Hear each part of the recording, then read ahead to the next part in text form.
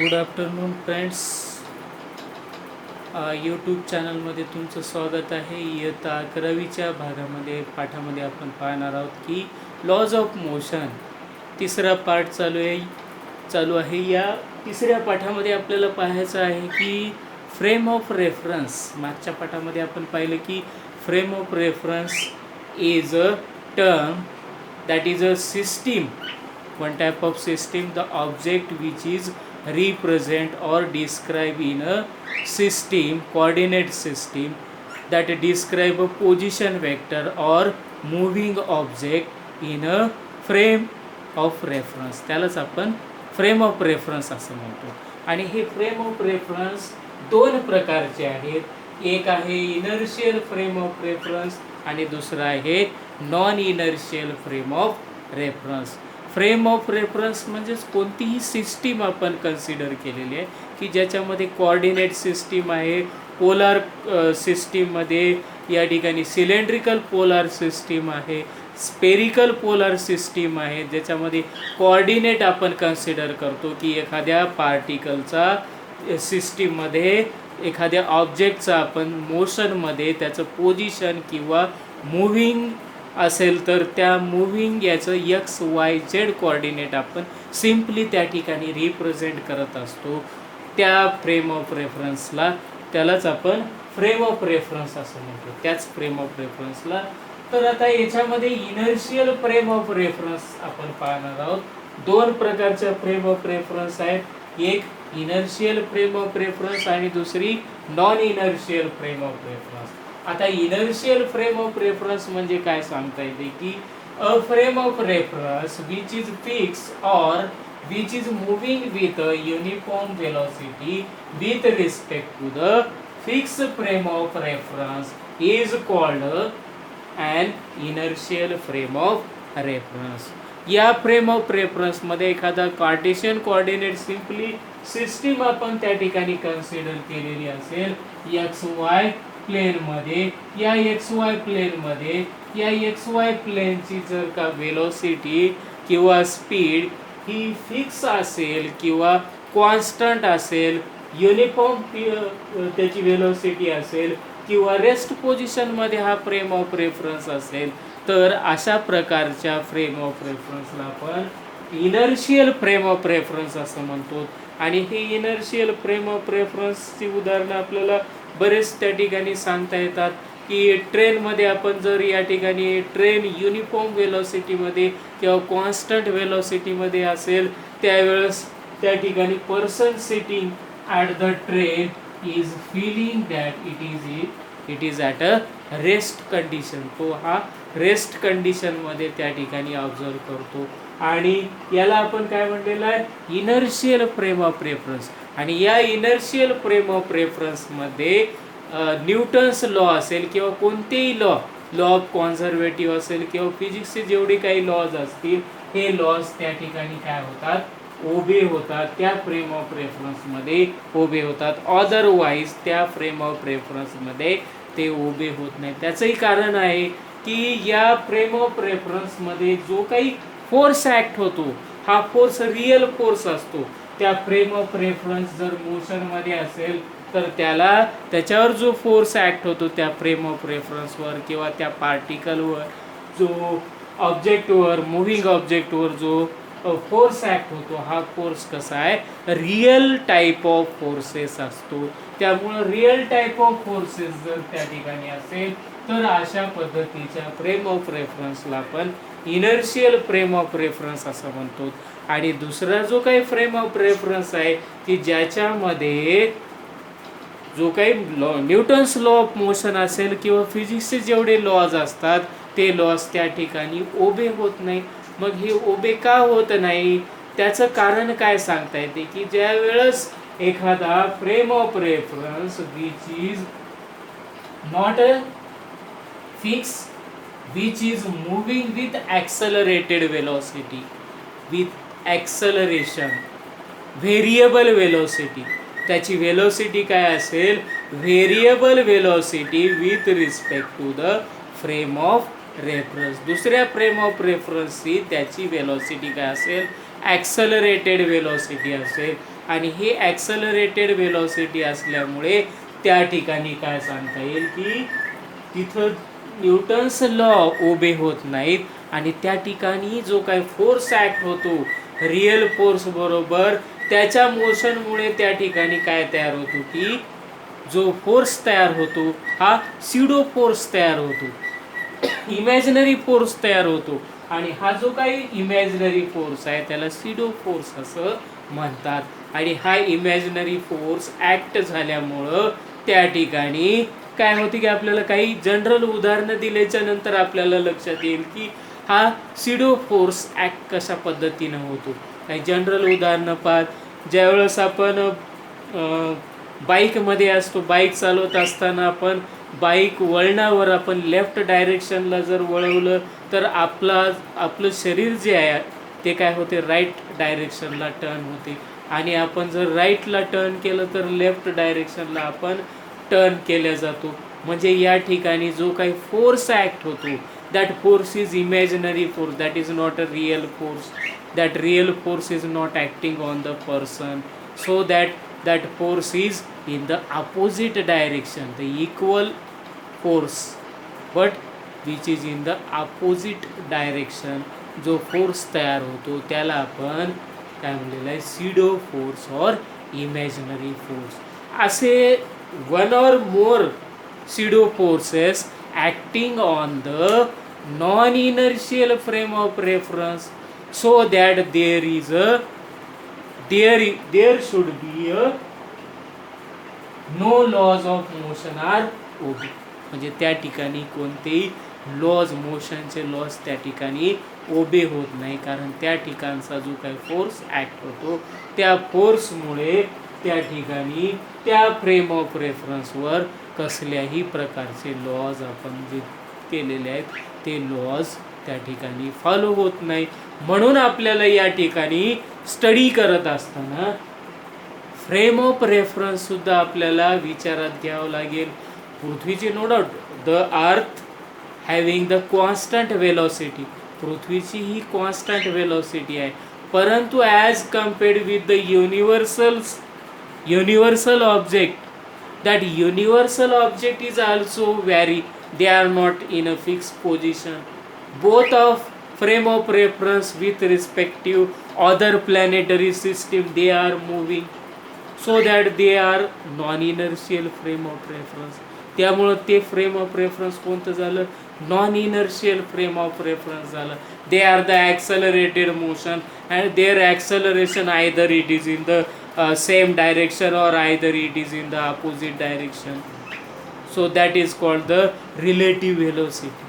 म्हणजे काही प्रमाणामध्ये त्या ठिकाणी रिलेटिव्ह व्हेलॉसिटी होते आणि रिलेटिव्ह व्हेलॉसिटी होत असताना त्या ऑब्जेक्टची व्हेलॉसिटी ही स्थिर नसते. काही याची स्थिर असेल तर आपल्याला त्या ठिकाणी इनर्शियल फ्रेम ऑफ रेफरन्स आपल्या त्या ठिकाणी पाहता येतो. काही ठिकाणी आपल्याला इनर्शियल फ्रेम ऑफ रेफरन्स पाहता येत नाही. उदाहरणामध्ये पृथ्वीच्याच याच्यामध्ये आपण जर का व्हेकल असेल किंवा कार असेल, कार जर आपण युनिफॉर्म मोशनमध्ये चालवलेली असेल, युनिफॉर्म वेलॉसिटीमध्ये चालवलेली असेल तर मग त्या ठिकाणी आपल्याला इनर्शियल फ्रेम ऑफ रेफरन्स त्या ठिकाणी उभे होतो. न्यूटन्स लॉ नो डाऊट त्याच्यामध्ये कोणताही न्यूटन्स लॉ त्या ठिकाणी काय होतो उभे होतो आणि त्याच्यावर कसल्याही प्रकारचा स्युडो फोर्स ॲक्ट होत नाही. तर non inertial frame of reference तेच आपण गाडीला काय केलं की व्हेरिएबल वेलॉसिटी दिली, बदलणारी सारखी वेलॉसिटी आपण त्या ठिकाणी दिली तर त्या ठिकाणी काय होईल की ॲक्सलरेशन, रेडियल ॲक्सलरेशन होईल, ॲक्सलरेटेड मोशन्स होईल आणि या ॲक्सलरेटेड मोशन्समुळे काय होईल की तो फ्रेम ऑफ रेफरन्स काय होईल that is called non inertial frame of reference. आणि हा non inertial frame of reference त्यामुळे त्या ठिकाणी स्युडो फोर्स इज ॲक्टिंग.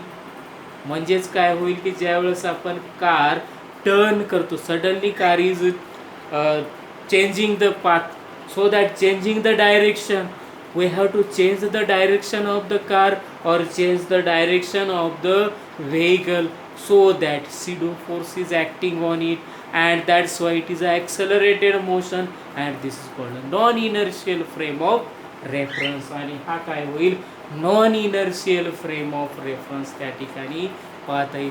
आता तुम्हाला माहिती आहे का रिलेटिव्ह व्हेलॉसिटी म्हणजे काय सांगता येते. रिलेटिव्ह व्हेलॉसिटीचं एक साधं उदाहरण आपल्याला सांगता येईल की बस स्टँडमध्ये आपण रेस्ट पोझिशनमध्ये आहेत आणि आपल्या दिशेनं जर कार येत असेल किंवा बस येत असेल तर त्या बसची स्पीड आपल्याला नक्की सांगता येते की किती असेल बस. आणि जर आपणही वेगात असेल आणि समोरची बससुद्धा वेगाने येत असेल, आपण बाईकनं असेल आणि समोरची बस 60 किलोमीटरने येत असेल आणि तुमची बाईकसुद्धा 30 किलोमीटर प्रति आवरनं येत असेल तर तुम्हाला बसची स्पीड किती जाणवेल त्या ठिकाणी, 60 आणि 30 90 किलोमीटरनं बस तुमच्याकडे येते असं जाणवते. परंतु ॲक्च्युअली त्या ठिकाणी बसची स्पीड किती असते, तासी 60 किलोमीटर असते. त्याला रिलेटिव्ह व्हेलॉसिटी असं म्हणतात. म्हणजे असा हा जो काय रिलेटिव्हिटीचा जो काय पार्ट आलेला आहे की ज्याच्यामध्ये रिलेटिव्ह व्हेलॉसिटी त्या ठिकाणी ऑब्झर्व केली जाते, त्या relative velocity with respective the frame of reference. म्हणजे आपण त्या ठिकाणी आपली frame of reference is variable, another frame of reference is also variable and which is moving opposite to each other so that the relative velocity of the bus should be 90 degree, 60 plus 30, but the direction is opposite, minus 30. This is a minus direction which is in the opposite direction. So 60 plus 30 you can add, that is a 90 kilometer. म्हणजे त्याची वेग किती होईल, तासी 90 kilometre होईल. हा -60 -30 -90 direct होईल त्या ठिकाणी. Negative sign indicates that both the object are in the opposite direction so that their relative velocity should be increases. अशा प्रकारे त्याची रिलेटिव्ह व्हेलॉसिटी काय होते की त्या ठिकाणी इनक्रीज होते.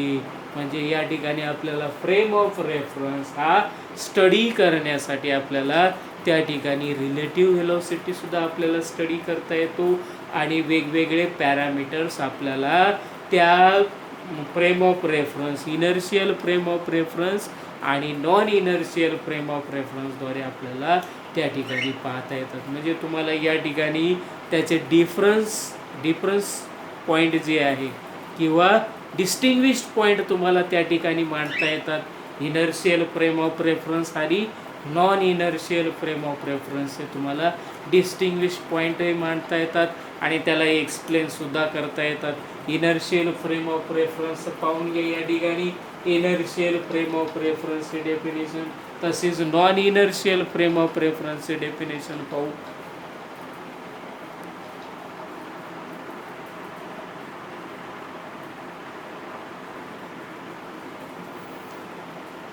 आता या फोर्सेसमध्ये त्याला non inertial frame of reference म्हणतो की ज्या frame of reference which is moving with an acceleration relative to an inertial frame of reference is called non inertial frame of reference. आणि या ठिकाणी न्यूटन्स लॉ ओबे होत नाही, non inertial frame of reference.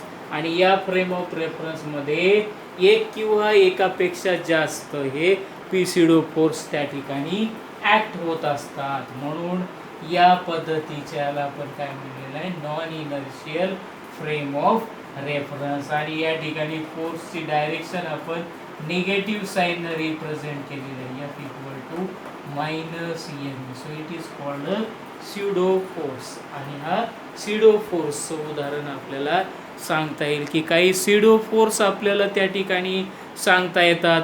उदाहरणामध्ये आहे a person sitting in a close car moving with a uniform velocity along a smooth road feels that he is at rest.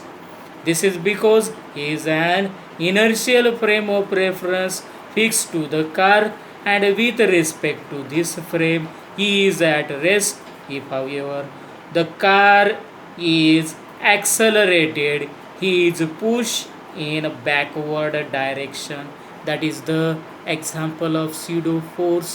सिडो फोर्सचं आपल्याला example त्या ठिकाणी सांगता येईल. दुसरं एक्झाम्पल आपल्याला या ठिकाणी सांगता येईल की एखादा ऑब्जेक्ट हा सर्क्युलर मोशनमध्ये जर फिरत असेल तर त्या ठिकाणी an object revolving in a circle experiences a centrifugal force tending to move it away from the center of circle.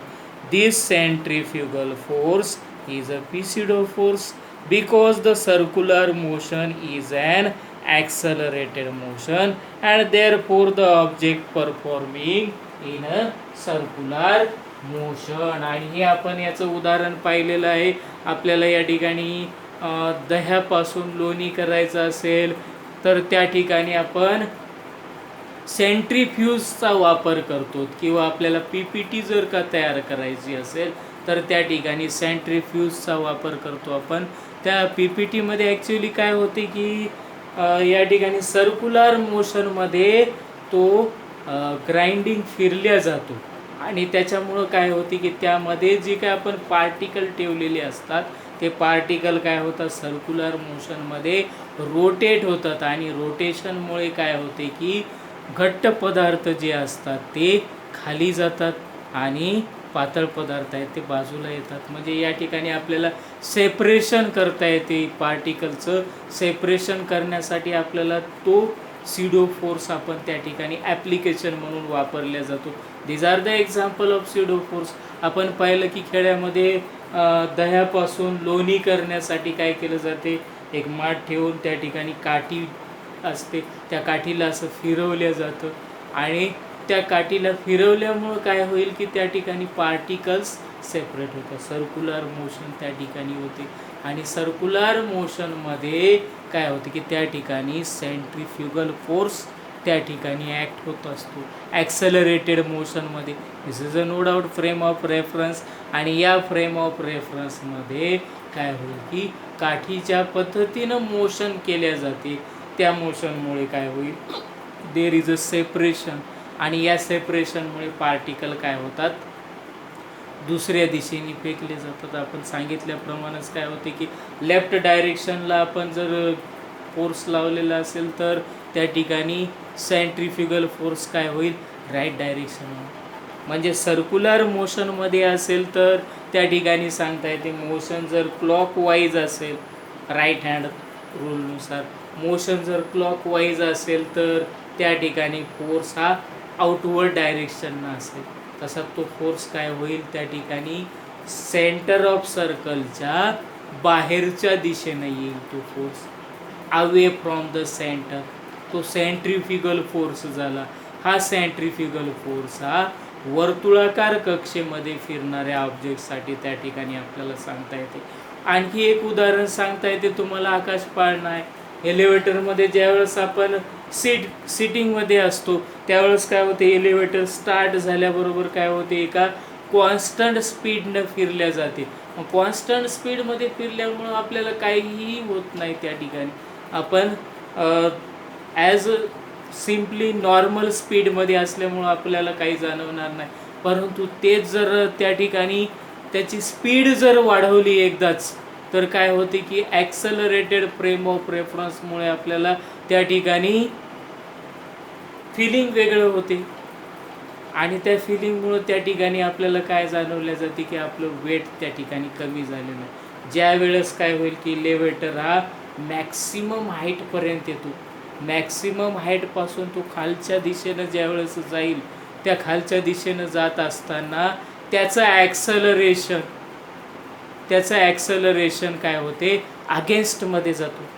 ज्यावेळेस काय होईल तो खालून वरच्या दिशेनं जाईल आणि हे ॲक्सेलरेशन दोन्ही ॲक्सेलरेशन जर का सारखे झाले म्हणजे ॲक्सेलरेशन ड्यू टू ग्रॅव्हिटी ही टुवर्ड्स द सेंटरमध्ये असते आणि ज्यावेळेस एलिव्हेटर हा वरच्या दिशेनं जात असेल ॲक्सेलरेटेड मोशनमध्ये आणि त्याचं ॲक्सेलरेशन ड्यू टू ग्रॅव्हिटी ही त्याच्या ॲक्सेलरेशनच्या बरोबर असेल तर त्यावेळेस काय होईल की त्या ठिकाणी एलिव्हेटर जो असेल त्याला स्वतःचं वेटलेसनेस जाणवते. It has a weightlessness condition. म्हणजे these are the example of pseudo force. आणि हा pseudo force त्या ठिकाणी ॲक्ट होतो आणि त्यामुळं अशा प्रकारच्या फ्रेम ऑफ रेफरन्सला आपण non inertial frame of reference असं म्हणतो. आणि that is the example of pseudo force. म्हणजे आपल्याला या ठिकाणी फोर्सचे सुद्धा टाईप लक्षात आले. या फ्रेम ऑफ रेफरन्समुळे आपल्याला फोर्सचे 2 प्रकार पडतात. एक म्हणजे रिअल फोर्स आणि दुसरा म्हणजे इमॅजिनरी और स्युडो फोर्स. रिअल फोर्स किती आहे त्याच्यामध्ये?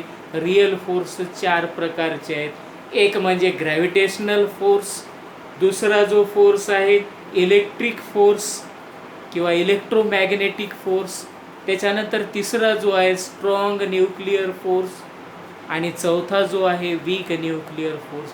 जगामध्ये 4 प्रकारचे फोर्सेस आपण त्या ठिकाणी पाहूत की ग्रॅव्हिटेशनल फोर्स, त्याच्यानंतर इलेक्ट्रोमॅग्नेटिक फोर्स, त्यानंतर तिसरा स्ट्रॉंग न्यूक्लिअर फोर्स आणि weak nuclear force. These are the real forces and imaginary force is a fifth one, that is a pseudo force. त्याला आपण स्युडो फोर्स सिम्पली असं म्हणतो. म्हणजे या ठिकाणी आपण त्याचे टाईपसुद्धा पाहिले, इनर्शियल फ्रेम ऑफ रेफरन्स आणि नॉन इनर्शियल फ्रेम ऑफ रेफरन्समध्ये फोर्सेस ॲक्ट होतात. फोर्सेस जर रिअल असतील तर त्या रिअल फोर्सेसला आपण काय म्हणतो? रिअल फोर्सेस म्हणजे आपण एक्सटर्नली त्याला दिलेलं असेल तर त्याला आपण रिअल फोर्सेस म्हणतो. आणि स्युडो फोर्सेस कसे तयार होतात? Pseudo forces is due to the relative motion of the object. ऑब्जेक्टच्या रिलेटिव्ह मोशनमुळे जो काय फोर्सेस त्या ठिकाणी ऑब्जेक्टवर त्याच्या विरुद्ध दिशेनं ॲक्ट करत असतात किंवा त्या फ्रेम ऑफ रेफरन्सच्या ऑब्जेक्टशी ते ॲक्ट होत असतील, तर अशा प्रकारचा जो काही फोर्स असेल त्याला स्युडो फोर्स असं म्हणतो. Simply that concept are clear by the frame of reference.